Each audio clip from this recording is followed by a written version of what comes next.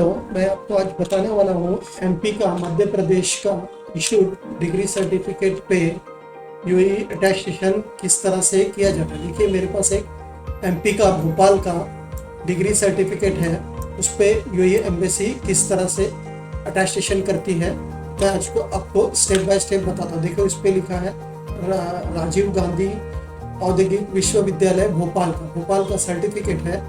उस पर UA attestation का प्रोसेस मैं आपको आज बताने वाला हूँ। इस तरह का अटेस्टेशन करने के लिए इस तरह का ओरिजिनल सर्टिफिकेट चाहिए होता है। जेरॉक्स पे एम्बेसी कभी भी अटेस्टेशन नहीं करती है, ओरिजिनल सर्टिफिकेट के बैक साइड पे जाती है। और अटेस्टेशन करने के लिए क्या क्या डॉक्यूमेंट लगते हैं मैं आपको बताता हूँ। ओरिजिनल सर्टिफिकेट चाहिए होता है इस तरह का, और पासपोर्ट का जेरॉक्स कॉपी चाहिए होता है अटेस्टेशन करने के लिए।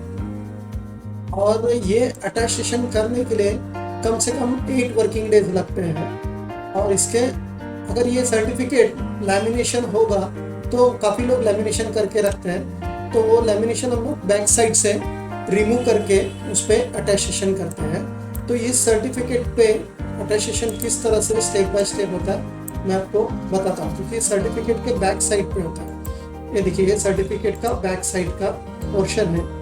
इस पे यूए अटेस्टेशन किस तरह से किया है मैं आपको स्टेप बाय स्टेप बताता हूँ। सबसे पहले यूए अटेस्टेशन करने के लिए इस पे ये किया जाता है। इस पे सबसे पहले एसडीएम किया जाता है, सब डिवीजन ऑफ मैजिस्ट्रेट किया जाता है। सब डिवीजन ऑफ मैजिस्ट्रेट करने के बाद में इस पे मिनिस्ट्री ऑफ एक्सटर्नल का अफेयर किया जाता है। देखो, इधर मिनिस्ट्री ऑफ एक्सटर्नल अफेयर किया जाता है। अगर और एक स्टेप है, जैसे देखो इस पे ऑथेंटिकेट करके लिखा है एचआरडी करके। अगर ये एचआरडी करके लिखेंगे तो आपको एसडीएम करने की ज़रूरत नहीं पड़ती है, तो डायरेक्ट एचआरडी बेस पे एमईए करके आप इस तरह से यूएई एम्बेसी कर सकते हैं।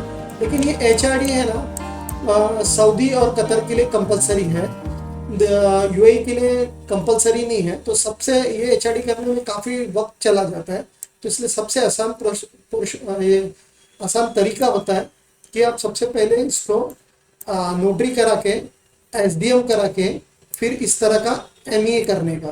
क्योंकि उस पर एचआरडी था तो मैंने उस पर एसडीएम नहीं किया, डायरेक्ट एमईए करके यूएई एम्बेसी किया। अगर ये नहीं रहेगा तो आप डायरेक्ट इसको नोटरी करा के, एसडीएम करके, फिर इसको एमईए में सबमिट किया जाता है। देखो, इस पर ministry of external affair new Delhi किया है, तो एमईए इस तरह का स्टैम्प लगा के उस पर अपना साइन करता है। फिर उसके बाद में इसको यूएई एम्बेसी सबमिट किया जाता है। देखो, फिर ये यूएई एम्बेसी इस तरह का पे स्टिकर लगाता है। देखो, इस पे लिखा है यूनाइटेड अरब एमिरेट्स। इसको मिनिस्ट्री ऑफ फॉरेन अफेयर्स भी बोलते हैं। देखो, नीचे लिखा है ministry of foreign affairs. Short form में इसको काफ़ी लोग मोपा भी बोलते हैं। तो इस तरह का स्टिकर लगा के एम्बेसी स्टैम्प मार के साइन करता है। ये अगर हो गया तो आपका फाइनल अटेस्टेशन हो गया। तो अगर आपको ये वीडियो पसंद आया तो प्लीज़ लाइक और सब्सक्राइब कीजिए और शेयर कीजिए। और अगर अटेस्टेशन करना हो तो हम लोग अटेस्टेशन प्रोसेस भी करते हैं।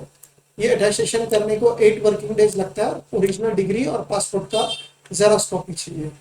Thank you.